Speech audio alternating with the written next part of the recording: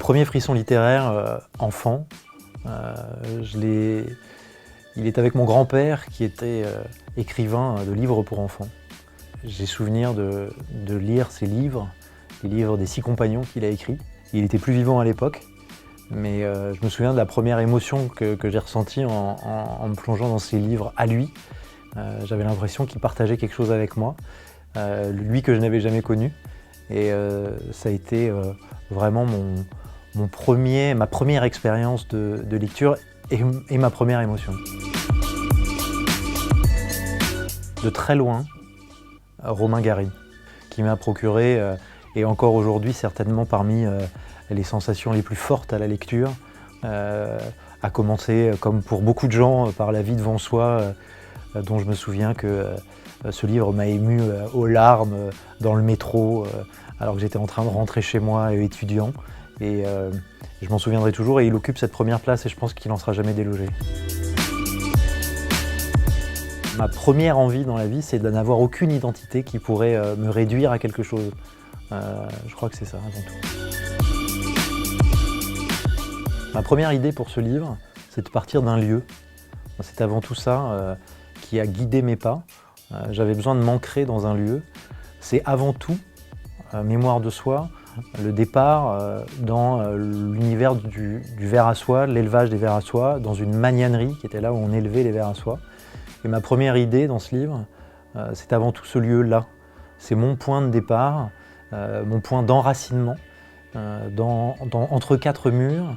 Et d'ailleurs, c'est un personnage à part entière dans ce livre finalement. C'est avant tout ce lieu-là et ces 4 murs, dans l'obscurité, dans la touffeur, pour apprendre patiemment à élever un ver à soie. Mon tout premier personnage, c'est Baptiste, de très loin. Ce jeune homme qui a un savoir-faire, celui de l'élevage des vers à soie. C'est avec lui que j'ai entamé ce livre, c'est avec lui que je le termine.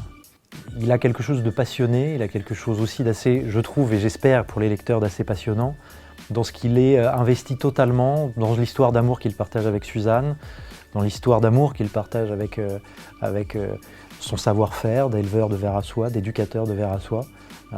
Il est frappé par le sort, mais c'est celui qui, dès le début, quelque part et au fond, m'a tenu la main, et pas l'inverse. Il est fort probable que la première phrase écrite pour ce roman ne soit pas dans le roman, parce que je l'ai écrit un peu dans tous les sens, ce roman. Je l'ai commencé, je l'ai recommencé, j'ai recommencé. Et dans ce flou-là, il est fort possible que la toute première phrase n'existe plus et n'ait plus sa place aujourd'hui dans le roman. C'est une personne qui m'a dit que ce livre l'avait aidé à sortir du confinement qu'on traversait tous. Quelque chose d'assez lumineux dans le retour.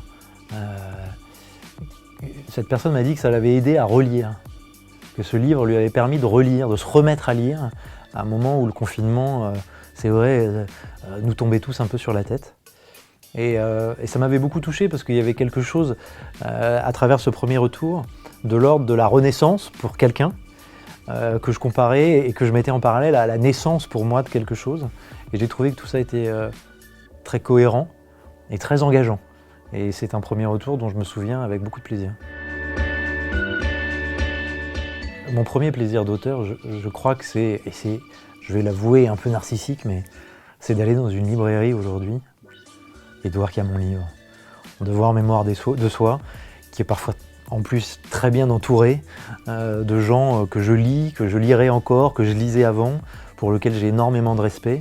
Et ça, c'est mon premier plaisir d'auteur qui a terminé le livre, si vous voulez. Et ça n'a pas de prix encore, et ça continue à m'illuminer, au sens où je me dis, bon, bah, c'est quand même merveilleux ce qui m'arrive. Ma première angoisse d'auteur, c'est l'indifférence. Je crois que écrire, c'est merveilleux. C'est une entreprise d'abord un peu individuelle, mais c'est une entreprise de partage, par définition, c'est l'objectif. On écrit pour être lu, sinon à quoi bon? Je crois que c'est ce que je redoute le plus. J'ai le sentiment que j'ai échappé à ça, mais Tant mieux parce que vraiment c'était ce que je redoutais le plus.